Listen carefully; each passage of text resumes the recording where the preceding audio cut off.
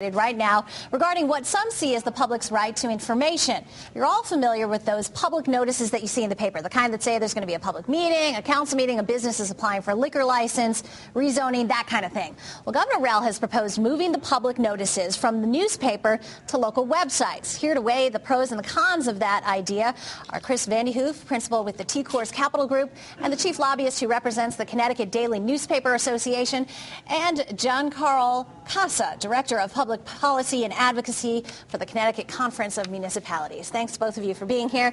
Giancarlo, let's start with you. Why is this a good thing? Because I'm thinking not everyone has a computer, so won't this limit access to information?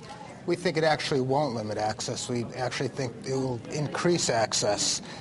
Traditionally, the law has required that legal notices, those little boxes with little print in them, be placed in newspapers, but unfortunately or unfortunately, most people get their information nowadays from the web. Is that true, though? Most people do?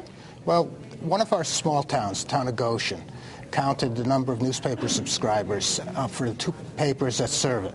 There were about 700 altogether. Their website, the event calendar on their website, gets about 150,000 hits a year. So when people are looking for information for their town, they know to go to the website. Well, Chris, what's your take on this? Well, obviously the market is moving towards the internet. Right. However, the public has a right to know what their town is doing, and we don't believe that the town can be its own watchdog.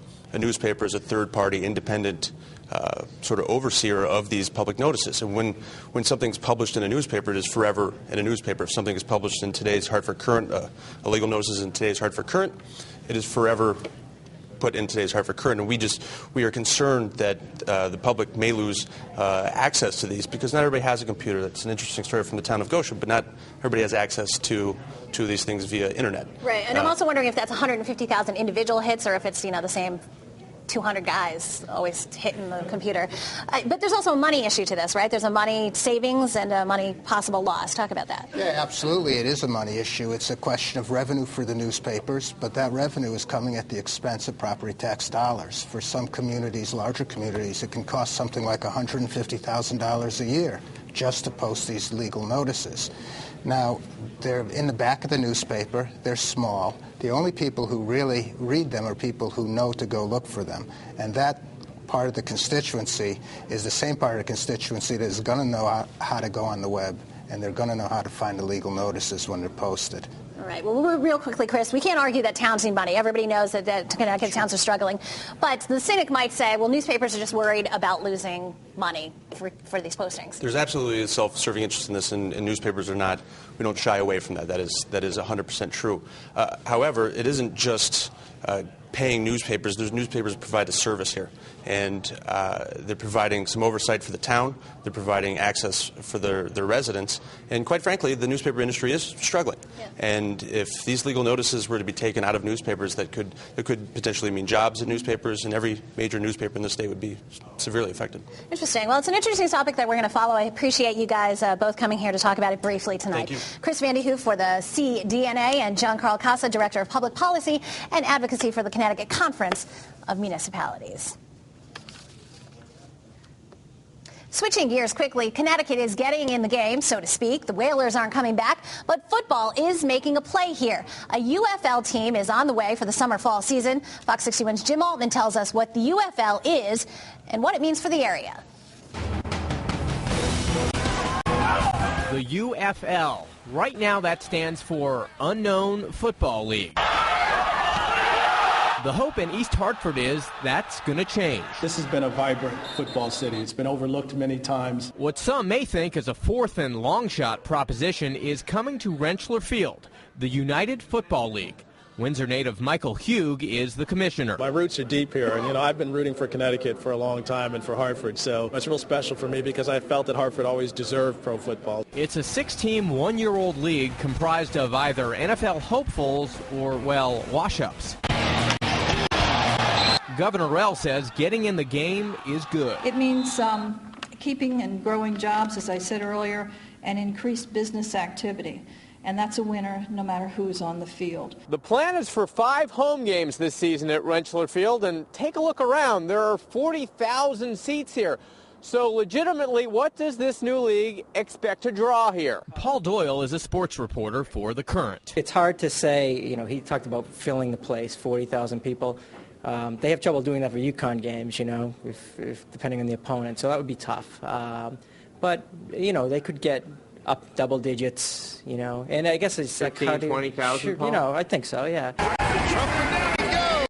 $20 a ticket is very affordable. It's more affordable than the NFL. So I think it's important from the get-go that they market it right if they want to fill up the place. And even before the first snap, the still unnamed team is ready to make a play. It's good quality football, and it's affordable. We really believe that we can draw that kind of interest. In East Hartford, Jim Altman, Fox 61 News.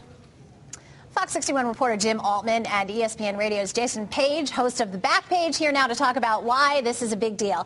Okay, I'm a big sports fan, but I am not convinced that Connecticut is necessarily going to go for this. I mean, we don't even necessarily crowd into the UConn games, right? No, you're putting almost 40,000 people in those games, and remember, UConn is still an upstart program. I would give it a chance. My whole argument to my audience, and I had some people calling into the show on Thursday, is, we think it's going to fail. We don't think it's going to work. And my argument is, give it a chance. Yeah. See what the product's like on the field, because the bottom line is the product on the field. The product on the field last year was pretty darn good. It was. Jason does, 4 hours every day? 4 hours. On 1410 Radio, ESPN? 4 hours.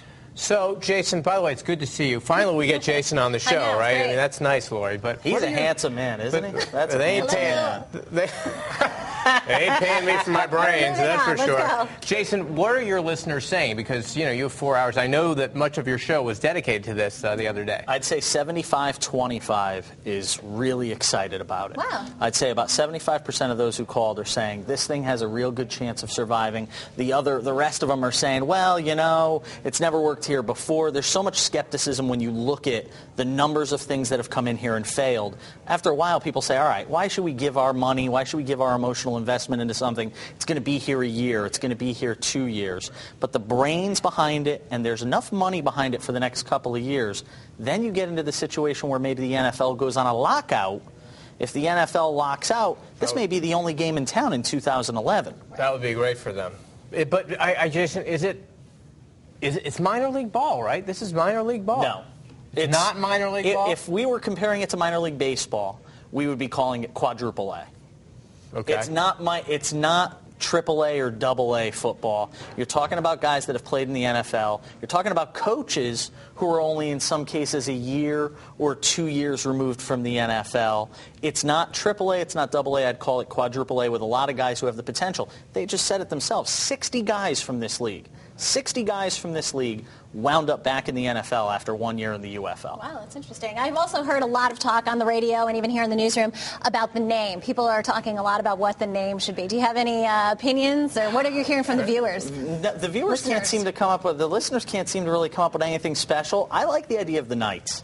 And that's the one that seems to be gaining the most traction in the underground. If you talk to people, is the Hartford Knights. It's been a franchise here before in minor pro football. I think the Knights is a real good possibility. I like that. What's the tie and what's the Knights? What's the tie with anything? What are you going to call it? Hartford what? Colt something? I don't know. The Hartford Colts. That's already taken. Yeah, Lori. that's already taken. You got to come up with something that hasn't already team been in taken. Indianapolis, formerly in Baltimore. Who are called the Colts. Right. So that's trademark infringement. Okay. There's minor league baseball teams called the Sand Gnats.